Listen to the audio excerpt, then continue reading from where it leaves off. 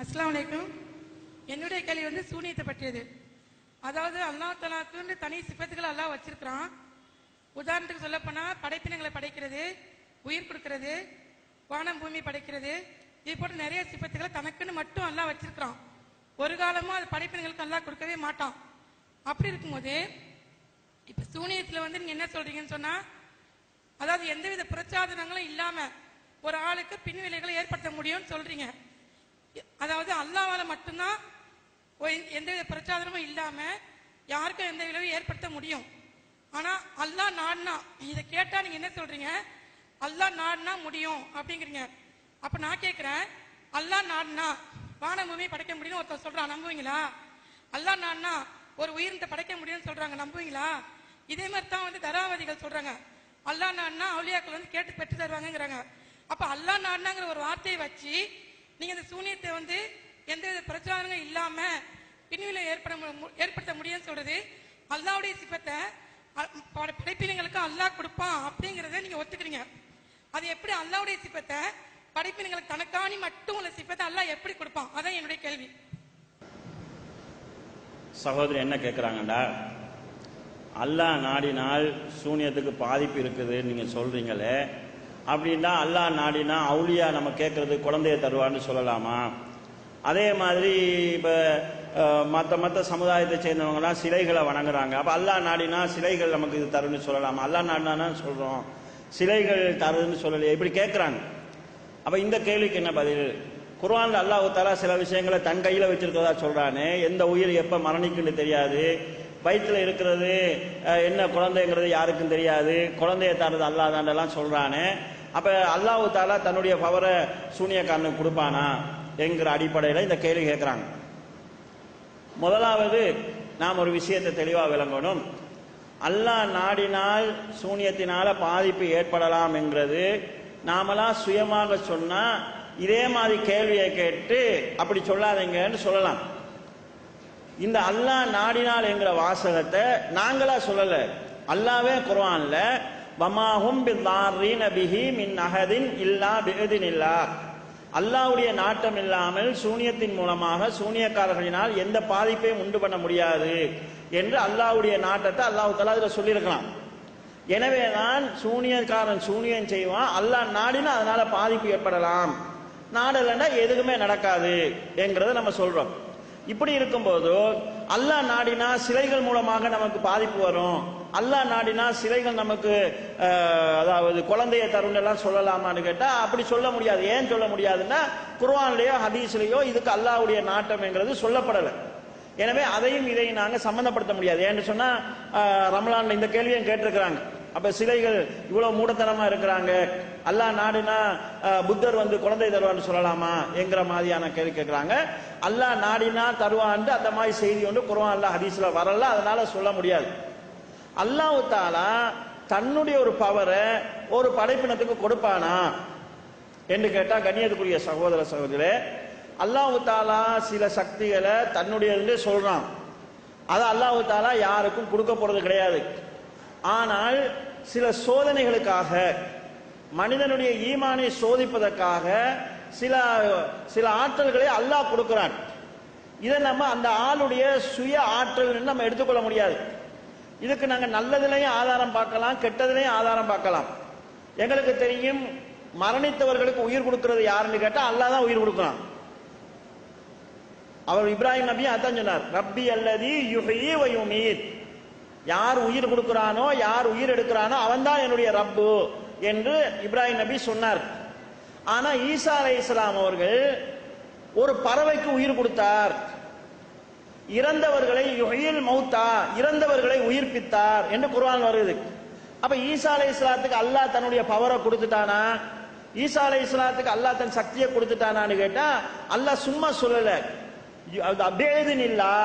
அல்லாஹ்வுடைய அதிகாரத்தை கொண்டு அல்லாஹ்வுடைய அனுமதியை கொண்டு பறவைக்கு உயிர் கொடுத்தாரு, அல்லாஹ்வுடைய அனுமதியை கொண்டு இறந்தவர்களை உயிர்ப்பித்தாரு என்று அல்லாஹ் தஆலா சொல்கிறான். இந்த பேதினில்லா என்கிறது ஈசா அலைஹிஸ்ஸலாம் சுய ஆற்றலால செய்யல, அல்லாஹ் கொடுத்தா அதனால அவங்க செஞ்சாங்க. அதனால அவங்க எப்பெல்லாம் நினைக்கிறாங்களோ மௌத்தா போனவங்களோ அப்பெல்லாம் உயிர்ப்பிச்சுட்டு இருக்க முடியாது. எப்பெல்லாம் நினைக்கிறாங்களோ அப்பெல்லாம் பறவைகளுக்கு உயிர் கொடுக்க முடியாது. அல்லாஹ் எப்ப அனுமதிச்சானோ அப்ப நடக்குது.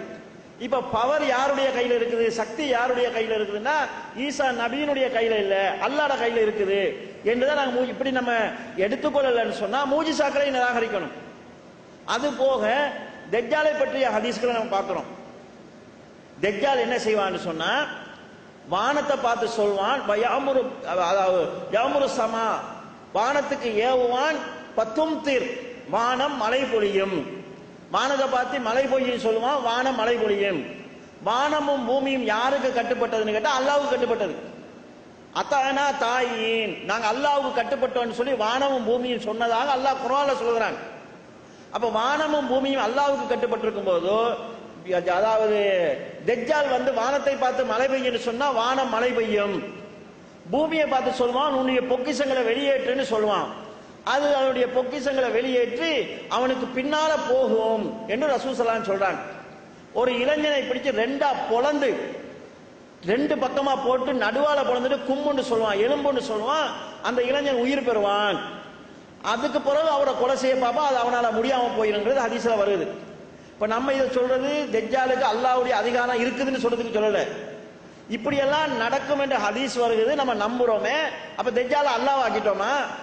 தஜ்ஜாலுக்கு அல்லாஹ் தஆலா தன்னுடைய அதிகாரத்தை கொடுத்துட்டார் நம்புறோமா? இந்த ஹதீஸை எப்படி அஹ்லு சுன்னாவுடைய உலமாக்கள் புரிஞ்சு கொண்டாங்க. வானத்தை பார்த்து தஜ்ஜால் மழை பெய்யும்னு சொல்லுவான், வானம் மழை பொழியும். ஏன் வானம் மழை பொழியும்? தஜ்ஜால் சொன்னான் என்பதற்காக அல்ல, தஜ்ஜால் சொல்லும் போது மழை பெய்யுமாறு அல்லாஹ் வானத்துக்கு இருக்கக்கூடிய கட்டளையினால மழை பெய்யும். உதாரணமா, நான் ஒரு கம்பெனி மேனேஜரா இருக்கிறேன், நீங்க என்னுடைய ஆபீஸுக்கு வாரீங்க விருந்தாளியா. நான் என்னுடைய கம்பெனியில வேலை செய்யறவரை சொல்ல, இவரை நல்லா கவனிச்சுக்க, கடையில போய் ஏதாவது வாங்கி வரச்சுன்னா வாங்கி கொடு, காசு நான் கொடுத்துக்கிறேன், அவருக்கு படுக்கிறதுக்கு ஏற்பாடுலாம் செய்ய, அவர் என்ன சொல்றாரோ நல்லா கவனிச்சுக்கோ அப்படின்னு நான் சொல்றேன். நீங்க தண்ணி கேட்கறீங்க கோந்தாராரு, சாப்பாடு கேட்கறீங்க கோந்தாராரு, படுக்கும் போது பெட்ஷீட்லாம் விரிச்சு தர சொல்றாரு, விரிச்சு கொடுறாரு, படுத்ததுக்கு போற பேனை போட்டு போறீங்க போட்டு போறாரு, நீங்க சொல்ற எல்லாம் கேட்கிறாரு. நீங்க இந்த நினைப்புல இன்னொரு நாள் ஸ்ரீலங்காவுக்கு வாரீங்க, அவன் ஒரு ஹோட்டல்ல வேலை செஞ்சுட்டு இருக்கான், சாப்பாடு கொண்டு வா, தண்ணியை கொண்டு வா, படுக்கிறதுக்கு பெட்டை ஏற்பாடு செய்யலாம், போடா போறதுக்குன்னு அவன். ஏன்னா நீ அன்றைக்கு நான் சொன்னதெல்லாம் கேட்டா, இப்ப நீ கேட்க மாட்டேன்னு கேட்டா, அன்றைக்கு நீ சொன்னதுக்கு நான் கேட்கல, என் எஜமான் சொன்னதுக்கு கேட்டேன். என்னுடைய பொஸ் சொன்னாரு உன்னை கவனிச்சுக்க சொல்லி, அதனால கவனிச்சு கொண்டேன். எல்லாமே நீ போட்ட ஓர்டருக்கு நான் கட்டுப்படல. இதே மாதிரி தஜ்ஜால் வானத்துக்கு ஓர்டர் போடுவான், வானம் அவன் சொல்லுகிற போது பெய்யும். அவன் சொன்னாங்கிறதுக்காக அல்லாஹ் அதுக்கு ஒரு ஓர்டர் போட்டிருக்கான். தஜ்ஜால் வருவான், உன்னை பார்த்து வானத்தில் மழையை பெய்யுன்னு சொல்லுவான், அப்ப நீ பெய்ய. எதுக்குன்னு கேட்டா மனுஷனை சோதிக்கிறதுக்கு. இதே போல சூனியக்காரனும் சூனியத்தை செய்வான். இந்த சூனியத்தின் மீது நம்பிக்கை வச்சு சூனியக்காரனுக்கு பின்னால மக்கள் போறாங்களா? போக வேணான்னு சொன்னதுக்கு பிறகு அங்க போறானா? நோய் நொடி வந்தா அவன்கிட்ட போய் மருந்துக்கு வழி பார்க்கறானா? காணாம போன பொருளை கண்டெடுக்கிறதுக்கு வழி பார்க்கறானா? இந்த மாதிரி போகக்கூடாதுன்னு சொல்லி இருக்கிறேனே, இவன் போறானா இல்லையா, இவனுடைய ஈமா என்ன, கட்டுப்படுறானா இல்லையா என்று பார்க்கறதுக்கு சில வேலைகளில் அவங்க செய்யறத அல்லாஹ் தஆலா நாடுறான். சூனியம் பழிச்சதுன்னு சொன்னா சூனியக்காரனுக்காக அல்ல, சூனியக்காரனாலையும் இல்லை, அல்லாஹ் நாடுனா அதனால பழிக்குது. எனவே இங்க சக்திங்கிறது அதிகாரம்ங்கிறது அல்லாஹ்ட கையில இருக்குது. நம்ம இதை ஏன் சொல்றோம்னு சொன்னா அல்லாஹ்வே சொன்னதுனால சொல்கிறோம்.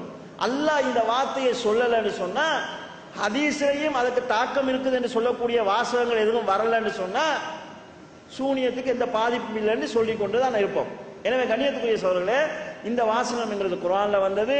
சூனியக்காரனால தாக்கம் வருதுன்னு சொல்லி சொன்னா சூனியக்காரனுடைய சொந்த பவர் கிடையாது, அவனுக்கு எந்த ஆற்றலும் கிடையாது. அல்லாஹ் நாடாம அவனால எதுவுமே செய்ய முடியாதுன்னு அல்லாஹ் தஆலா சொல்றான். அப்ப இங்க சக்தி என்கிறது அல்லாஹ்வுடைய கையில இருக்குது. இதை நம்ம ஏற்றுக்கொள்ளலன்னு சொன்னா, ஈசா அலைஹிஸ்ஸலாம் இறந்தவர்களை உயிர்ப்பிச்சாருங்கிறதை ஏற்றுக்கொள்ளக்கூடாது. ஈசா அலைஹிஸ்ஸலாம் அவர்கள் மண்ணால ஒரு பறவையை செய்து ஊதுனாங்க, அது பறந்துச்சுங்கிறதை ஏற்றுக்கொள்ளக்கூடாது. சுலைமான் நபி வானத்துல பறந்தாங்கிறதை ஏற்றுக்கொள்ளாது. எப்படி மனுஷன் பறக்கிறது? மனுஷ சக்திக்கு அப்பாற்பட்டது தானே அது. என்று கேட்டா அல்லாஹ் கொடுத்தான். சுலைமான் நபி அவரோட பவர்ல செஞ்சாரா கேட்டா அவருடைய பவர்ல செய்யல, அல்லாஹ் கொடுத்தான் என்கிற அந்த இடத்தை எடுத்துக்கணும். எதுக்கெல்லாம் அல்லாஹ் கொடுப்பாண்டு வரலையோ அதை நம்ம இதோட டச் பண்ணக்கூடாது. அவங்க கேட்கிறாங்க என்னன்னு கேட்டா, அல்லாஹ் நாடினால் மௌத்தா போவான்னு சொல்லுவீங்களா, அல்லாஹ் நாடினா அதாவது சாப்பிடுவான்னு சொல்லுவீங்களா? அதுதான் அல்லாஹ் மௌத்தாக மாட்டான்ங்கிறது குர்ஆன்ல வந்திருக்குது. அல்லாஹ் தூங்க மாட்டான்ங்கிறது குர்ஆனுக்கு, நாடினால்ங்கிறது அதுக்குள்ள மறையதுக்கு வர்றது. இது அல்லாஹ்வோட விளையாடுறது. உதாரணம் என்ன சொல்லுவாங்கன்னா, சில விஷயங்களை இல்லை என்று சொல்ல வேண்டிய அவசியம் கிடையாது. நீங்க உதாரணமாக ஒரு நாட்டில் முதலமைச்சர் இருக்கிறார், அவரை பத்தி நீங்க புகழ்றீங்க. இங்க உள்ளவங்க வித்தியாசமா எல்லாம் புகழ்றாங்க, இதய தெய்வங்கிறாங்க, கருணை தாயங்கிறாங்க, என்னென்னலாம் சொல்லி புகழ்றாங்க. இப்படி புகழ்றாங்க. அவர் அதாவது தர்மம் உள்ளவர், ஆற்றல் உள்ளவர், அதிகாரம் உள்ளவர். நீங்க ஒரு ஆளை புகழ்றீங்க, ஒரு அமைச்சர் முதல்வரை போய் புகழ்றீங்க. எங்கள் முதல்வர் எப்படிப்பட்டவர் தெரியுமா? அவருக்கு சொறி இல்லை, சிரங்கு இல்லை, அவருக்கு காய்ச்சல் இல்லை, தடுமல் இல்லை, அவரோட மேல ஊத்த இல்லை, அழுக்கு இல்லை. இப்படி போனா அவன் என்ன செய்வான்? ஏத்துக்குவானா? எதெல்லாம் குறை என்று இருக்குதோ அது அல்லாஹ்வுக்கு இல்லை என்றது. அது தனித்தனியாக அல்லாஹ்வுக்கு அது இல்லை இது இல்லைன்னு சொல்ல வேண்டிய அவசியம். எல்லா விதமான குறைகளை விட்டும் அப்பாற்பட்டவன் என்று அல்லாஹ்வை சொல்லியிருக்கின்ற போது இப்படி வந்து அல்லாஹ் தூங்குவான்னு சொல்லுவீங்களா? அல்லாஹ் நான்னா? அல்லாஹ் சாப்பிடுவான்னு சொல்லுவீங்களா? அவங்க நான் அல்லாஹ் நான்னா? அல்லாஹ் தாலா நான்னா மௌத்தா போயிடுவான்னு சொல்லுவீங்களா? அப்படி சொல்லிட்டு நான் சும்மா சொல்லலையா, அல்லாஹ் நான்னா செய்வானா சொன்னேன்னு சொல்லி வாதம் வைக்கிறதுங்கிறது அல்லாஹ்வுடைய அந்தஸ்தை புரிஞ்சு கொள்ளாம அல்லது புரிஞ்சு கொண்டாலும் மக்களை தடுமாற்றம் செய்யறதுக்காக வைக்கக்கூடிய ஒரு தவறான வாதம். அந்த வாதம் தான் இளைஞர்களிடத்துல தவறாக போயிருக்குது. எனவே இந்த ஒரு கேள்வியை பொறுத்தளவுல இந்த விஷயத்தில் எழுப்புறதுங்கிறது பொருத்தமற்றது என்பதை நம்ம புரிஞ்சு கொள்ளலாம்.